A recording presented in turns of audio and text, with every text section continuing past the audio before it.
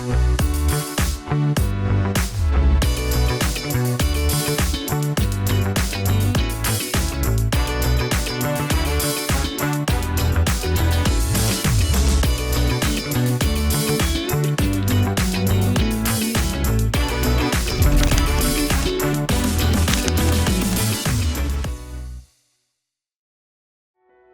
always grew up with the memorization of Psalm 37:4. Delight yourself in the Lord, and He will give you the desires of your heart.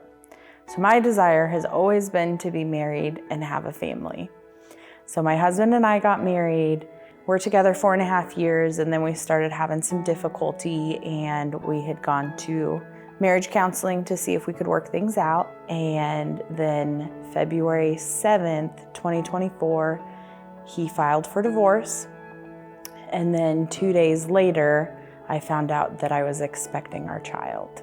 I was both excited yet scared. Being from a divorced family, I feel like I didn't want my future children to be in a divorced family. And I didn't want them to have to go through the thought process of why the other parent didn't want to be a part of their lives. So after all this was discovered, I needed a new beginning. And so my coworker Jody invited me to come to Topeka Bible Church. I attended the 9 o'clock service with Jody and her husband David, and we were looking at adult Sunday school classes after service.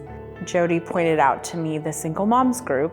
I wasn't sure I wanted to go because I didn't want to be classified as a single mom, but I did attend, and I have been attending ever since. I had the opportunity to meet Andrea about a year ago, and I know when she first came in here, she was worried, what kind of thing am I getting into? And I knew that she was carrying some pain. It wasn't too long after that she started to share in an open manner about what had happened to her. And you could tell that she was burdened by this, but that she knew that God had a plan for her, and that she had been coming to TBC for a while, but she knew she wanted to come into the single moms class because she needed a connection and she needed support. It didn't take too long for her to realize that this was that safe place. This was her people. The single moms class is not only a Sunday school class.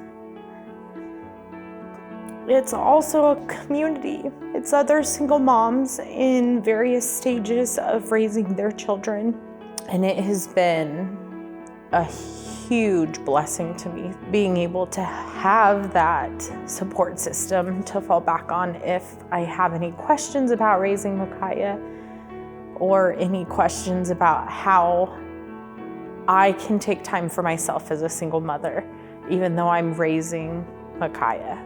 And we constantly let our needs be known, and we share together because it's more than just a Sunday school class. I'd like to say my great teaching is wonderful, and maybe it is, but really I want to tell you it's the relationship that they've built in here, the trust that they have, that they can share. And one lesson that comes to mind talked about a rubber duck, and she asked us to place it in a location that we see it all the time. I placed mine on the dash of my car as a reminder to pray and remember to duck out of the way and let God lead. She wants to heal.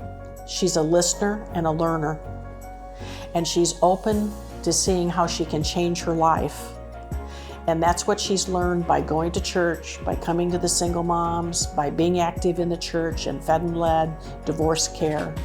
So I started attending divorce care because one of the other single mothers had talked with me regarding the class. And it was the middle of fed and led, and I didn't want to go in. So I sat in my car to process whether or not I should go in.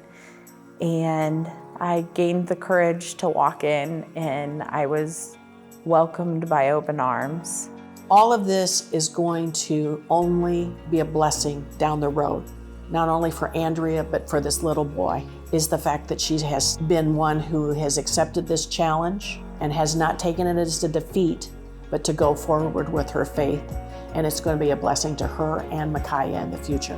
If I were to come across anyone that was in a desperate or hopeless situation, I would want them to know that there's hope out there, whether that be within their personal support system or within a church community. Allow them to know that God loves them no matter what they're going through.